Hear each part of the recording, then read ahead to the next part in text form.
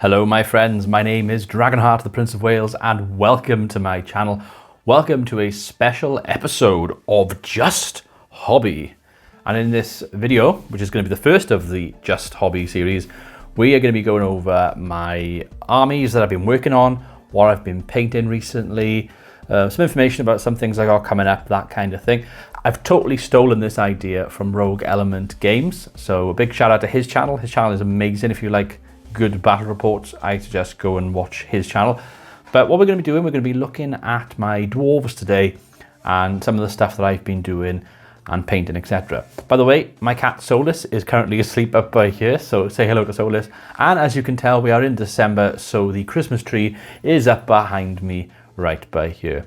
But without further ado, let us go to the table and see what we have been working on. Okay everyone, so welcome to the table, and as you can see right here, we have some dwarf units, and these are my longbeards, and this is a work in progress. I've literally started doing these today, and I don't know whether it's something that you all do, but I've got 8 paints from Army Painter lined up, and what I like to do is I like to plan ahead, so I've just scribbled in very, very bad handwriting by here all the different things I want to do, so like Grim Black on the boots, Basilisk Red on the armor, Poppy Red for some of the shields, that kind of thing. So I've done a little bit of a start on some of these models, which you'll be able to see by here.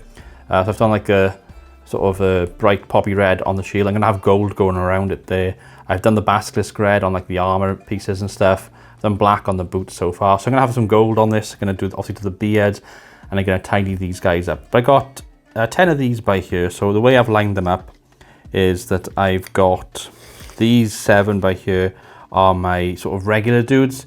This is my musician who has the dragon trumpet, if I can get the camera to maybe focus on it. I don't think it's going to actually focus, to be fair. That's him, but there. Then we have my champion right by here. There we go, that's focusing a lot better. Got my champion by here, just hanging around on his shield. And then finally, I have my standard bearer by here. So these are going to look really cool once they have been finished. I've got my other 4 paints by here that I'm going to use. Got my bright gold, got my shining silver, my warrior skin for their hands and for their faces, and then ruddy fur. I'm probably going to use ruddy fur and the brownish decay, which I have by here, for their beards, so that they'll have different variations of like light brown and dark browns, that kind of thing. And that will be my long beards. I will probably use one of the transfer sheets to go and put a image on the banner by here, and I'll be quite happy with them. And I like to have my dwarves color coordinated in a certain way. So if I just go over here for a moment, I've got a big box which I'm just going to open up just to give you an idea. So by here, again, it's roughly painted at the moment. This is a standard bearer, but it's done in green. He's got like green metallics on there, he's got a bit of gold, and he's a standard bearer for my quarrelers. So if I bring another unit by here, these are what my quarrelers look like. So they got like gold short bows, they've got like a lighter brown sort of cap, they've then got the green on it, and I'm quite happy with them. This one's got to be finished off with a little bit of white I just noticed, but the Thunderers are 100% done. The Quarrelers do have a little bit of work on some of their beards and some of their other bits that need to be done. But all of my missile troops are basically going to be in green. So let's see if I can find another one. Here we go. So again, his beard's got to be done. It's just plain white from the primer at the moment. But yeah, I mean, they're getting there. Got gold sort of hammers on the detail of the body. Got like green metal shields. I'll go over with a bit of detailing. Maybe have a bit of gold on the detailing of the actual shield, but there. And maybe a bit more detail on the actual axe as well. But my quarrelers are all done in like a green color. So in total I have 32 missile units, 16 of them are quarrelers, 16 of them are thunderers. I'm going to move on to characters next, because I've been working on some characters. And here is the Slayer of Legend. So I've done a lovely poppy red color. I love the poppy red from Army Painter. It's such a vibrant red color. I've done that on this dragon stone by here. He's then jumping up, so he's got like a light blue color, which I might go over again because a little bit of a gray blue needs a bit more detailing done to it, a bit of a tidy up. I've then obviously gone for the traditional sort of orange color gingery colour for the beard and the big Mohican hair. He's then got gold bracelets on both arms. Just a dwarf, like a natural skin colour type of thing on his hands and arms and body. And then he's got two axes, the brown handles with, it's a metallic I bought recently. I can't remember what it's actually called. I think it's like, oh, I don't know what it's called, but it's like a dark colour, dark metal colour on the axe handles.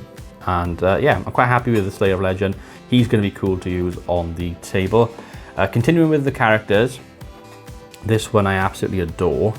Grombrindle the White Dwarf. So this is actually an Age of Sigmar model. So I actually first came across Grombrindle when I was playing Total War Warhammer, and I bought the White Dwarf magazine, which gives you the DLC code for his character as a legendary lord.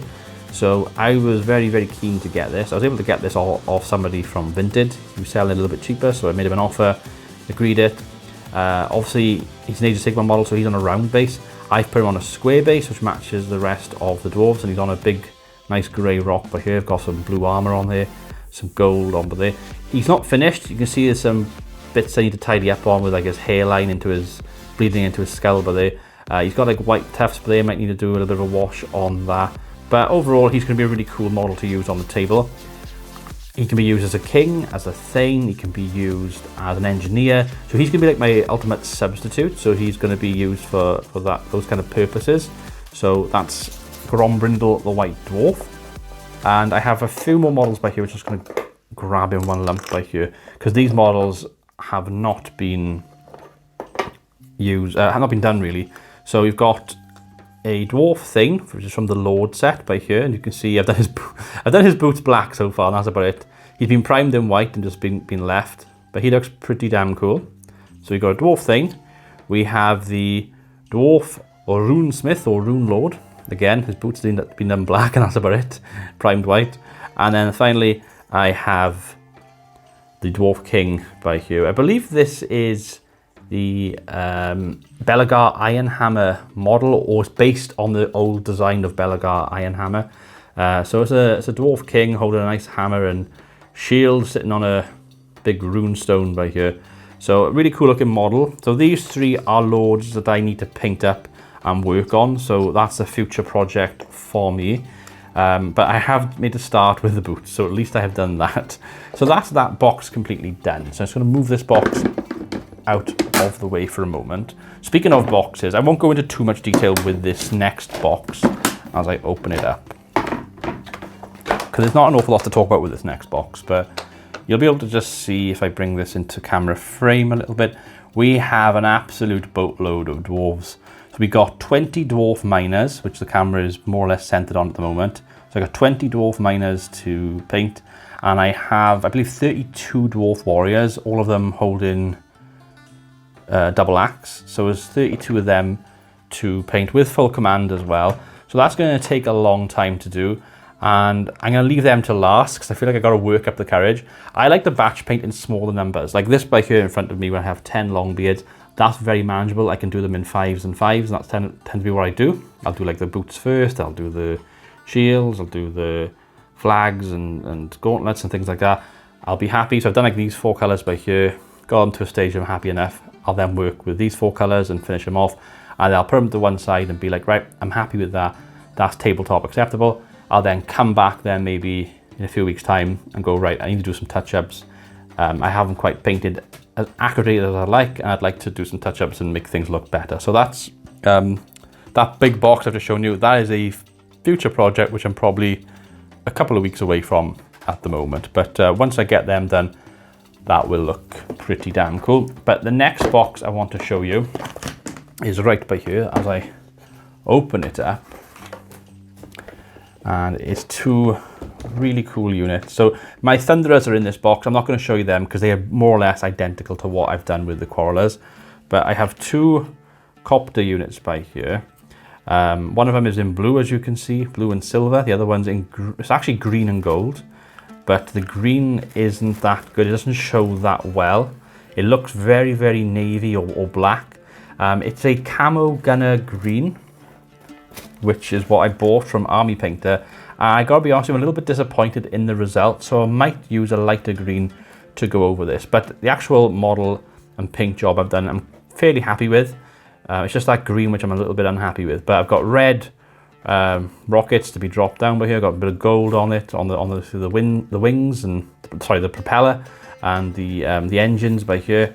And then the gun is silver with a bit of gold, sort of breaking that color up. And then I got a little dwarf dude with his goggles on by here. So that's the one. You can see he's been put on the base ready, and I put a bit of mud effect on the base. I'm going to go back in with all of these because my dwarves are going to have mud effect with snow over the top. So that's what I'm going to be doing with them. I actually have if I get my other hand by here, I have a army painter snow effect that I'm going to be using on all of them. So that's there. And then this one, which I got in my hand by here, this is the gyrocopter. They're a pain in the backside to glue together because the propeller, you'll see by this, the eagle-eyed viewer will see that these aren't lined up properly because you've got to like hold the one end while the other end sets and hold the other end, and it's a bit of a mess. So they aren't quite straight. They're a little bit bonked-eyed. That's fine. Oops, my camera almost fell over there. That's fine as far as I'm concerned. It's not the end of the world.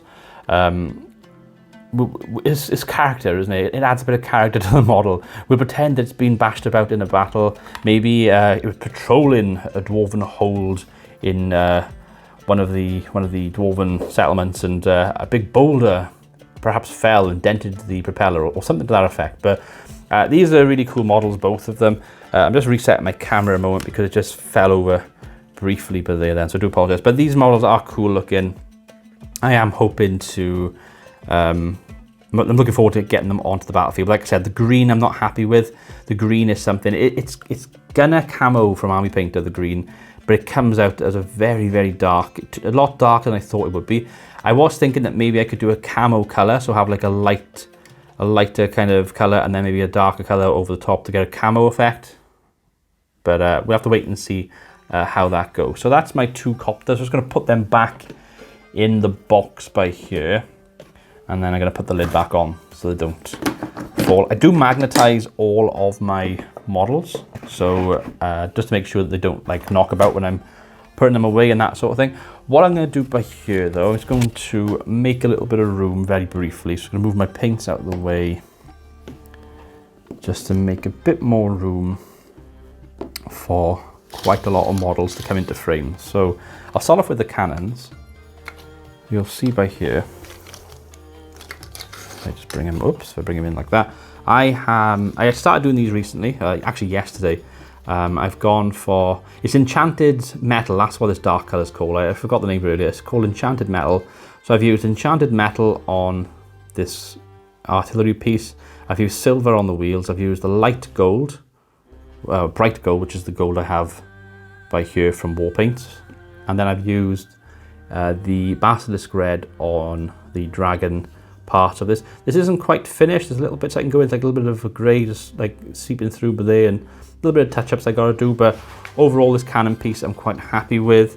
I then have a second cannon by here. Again, it's the same color scheme. It's bright gold with enchanted metal. Again though, you can see it's like, I actually missed a bit completely by there, so I gotta go back in and do those little bits, but overall it's a pretty decent model and I'm quite happy with the color scheme. Gone with gold on the front piece of the artillery as well, which is nice. Actually, I just noticed something. If I open the tube, oh look at that, you can actually see the tube. I didn't even realize that was the case. You can actually see the tube opening and closing from the cannon. That is actually cool. That's something I've just discovered for the model, which I really adore. So that's them. And then I've got the crew. I've got my crew boys right here, my dwarves. These have been painted very, very roughly. I've used uniform grey, bits of gold, bits of brown, bits of enchanted gold. And I've just done a very rough job on some of these just to get them ready for the table. This one actually looks quite good compared to the other ones. So these are my dwarf crew boys. So I got a few of them. I got 6 of these in total. This one's got a little wheelbarrow as well, because I wanted to make them all look a little bit different. So that's my crew boys, my crew. And then if I bring this into frame by here, without everything falling, just about. I'm just going to push these up slightly like that. There we go. You can see everything now. I'm going to start off with this because this is the one which will require a lot more work. So this is the shield bearer and king. The king is half done. He's had like a bronzy, goldy looking helm. He's got bits of gold done on him. I made a start on his cape, so he's getting there. He's a work in progress. I want to talk about the shield bearers. I'm quite happy with the paint job. It looks okay. I've gone with a blue shield bearer. I've gone with a green shield bearer, and I've gone with a red shield bearer. And that's because my army, as you might have guessed by now, I'm going with a green for all my missile troops. So my quarrelers, my thunderers, rangers, that type of thing are going to be represented by this dude. He's like the main person in charge of that unit, but he's been promoted as a shield bearer for the king, so that's him there.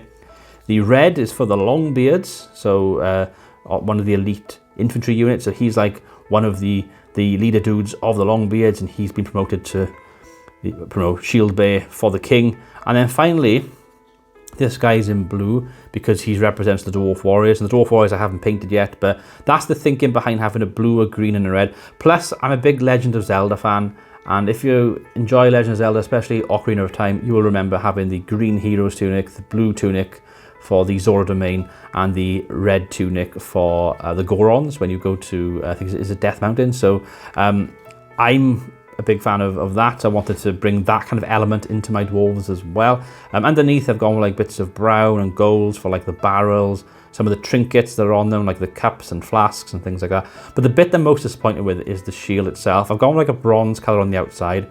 I've gone with little bits of gold on the bits on the outside of the shield, and then I've gone for gold over the top. But the actual gold I use is kind of, you've lost some of the detailing.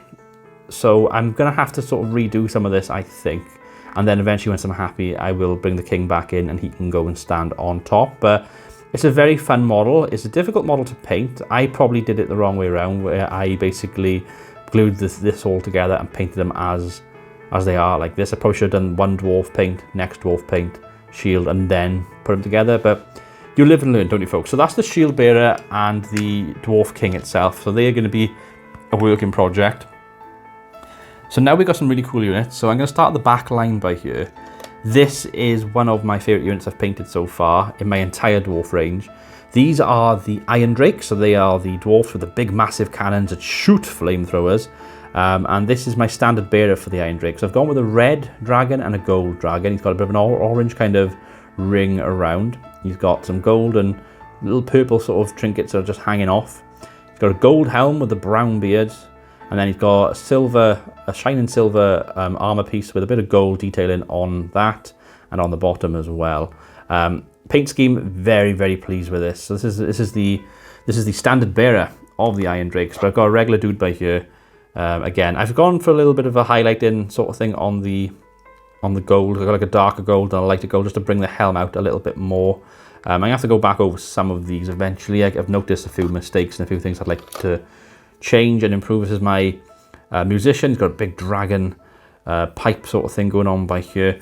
So yeah, the Iron Drakes, they look cool. That is the point I'm making. They're a very fun unit to paint up, and because only 10 of them as well, it won't take you a long time. And because they are mainly in silver, problem is I got all these are magnetized, so like bringing them all in. This is the champion as well. I'll show you the champion.